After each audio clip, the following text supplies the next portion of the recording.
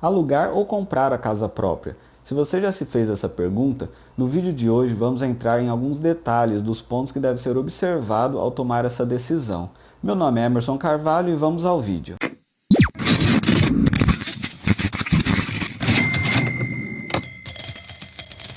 É inegável que é o sonho da maioria dos brasileiros conquistar a casa própria, mas será que essa decisão, dependendo da forma como ela é tomada, ou, quero dizer, entrando em financiamentos de longo prazo, faz sentido do ponto de vista racional e financeiro?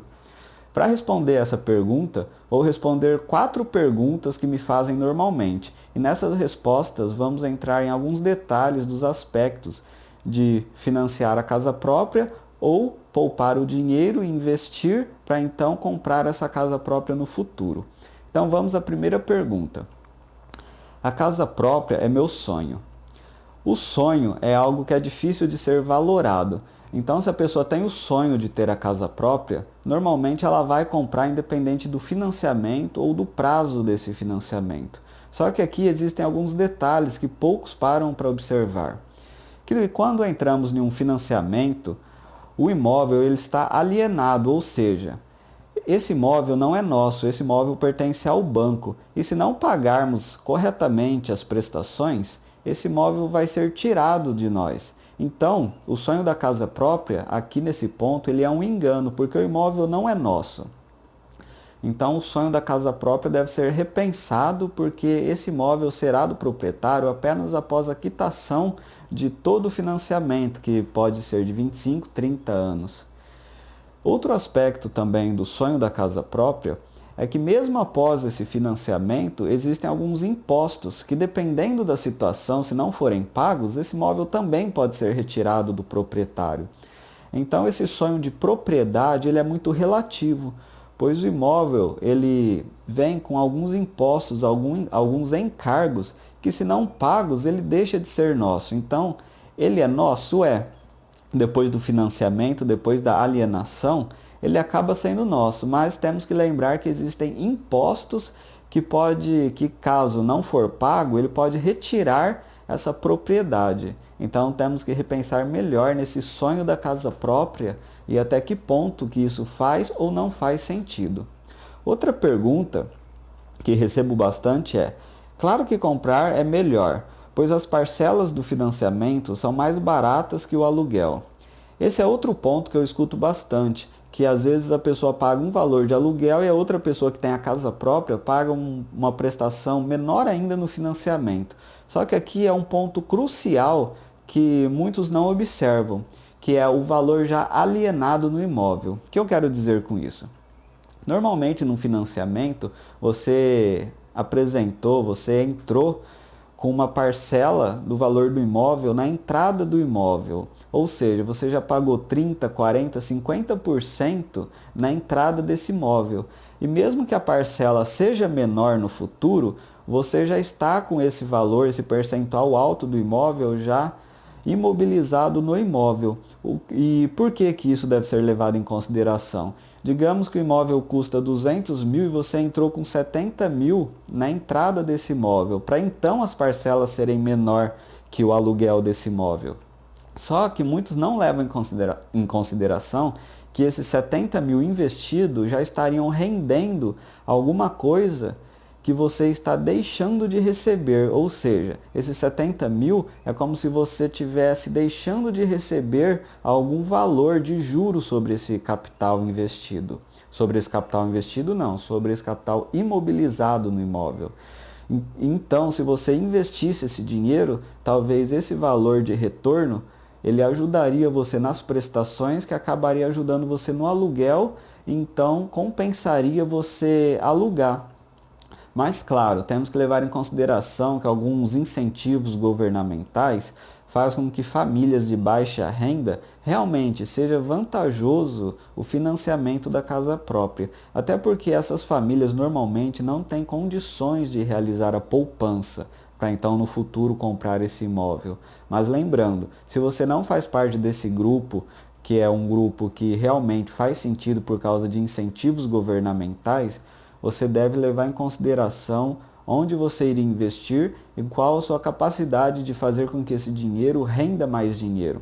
Porque muitos esquecem do valor do dinheiro no tempo, ou seja, os juros compostos, que quando estamos com esse valor imobilizado, deixamos de ganhar esses juros compostos, que é o valor do dinheiro no tempo.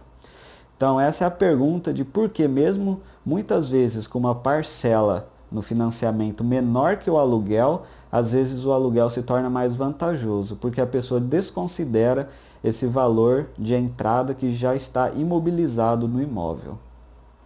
Outra pergunta que me fazem bastante é: mas para morar na mesma casa que eu pretendo comprar, o aluguel seria muito caro. Normalmente, nesse cálculo, quando não existe um incentivo governamental, mesmo morando na mesma casa, você já teria vantagem se investisse corretamente esse dinheiro. Porém, aqui, se você não comprar o imóvel, você não precisa necessariamente, durante o período de aluguel, morar no imóvel de mesmo padrão. Ou seja, você consegue rentabilizar esse dinheiro, poupar muito mais. Porque digamos que a intenção hoje sua é morar no imóvel de 300 mil reais. Digamos que você pode pagar aluguel de um imóvel de 150 mil reais e morar. Porque normalmente no início da vida sua família é pequena, você não tem filhos e você gasta mais tempo trabalhando do que na sua casa. Porque é um período que você está estudando, trabalhando, se aperfeiçoando profissionalmente.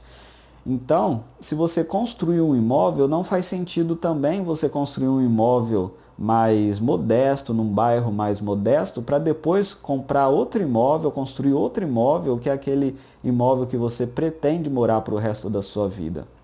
O aluguel te permite fazer isso de maneira mais fácil.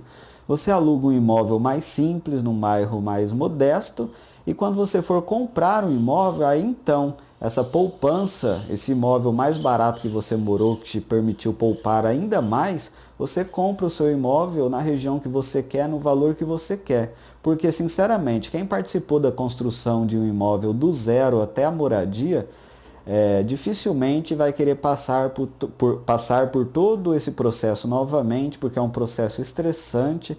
E é outro benefício do aluguel, permitir com que você more no imóvel de acordo com a sua necessidade no momento, para então lá na frente, poupando ainda mais, você consiga comprar o imóvel dos seus sonhos.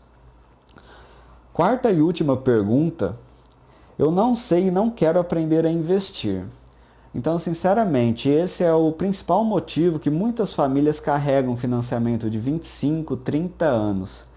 É a preguiça, é a falta de entusiasmo em investir e rentabilizar o capital. Então, se é esse a sua colocação, se é esse o seu motivo, você não quer aprender a investir, não quer estudar, realmente talvez o financiamento seja a melhor opção para você. Mas do ponto de vista racional e financeiro, já sabemos que não é. Então, qual é a conclusão que chegamos aqui? Que sim, o financiamento pode ser vantajoso para você, desde que você pertença a uma classe social incentivada pelo governo, com auxílios governamentais que façam com que a sua parcela diminua drasticamente e, de acordo com a sua renda, você se veja num ponto impossível de realizar uma poupança. Então sim, talvez seja indicado para você o financiamento.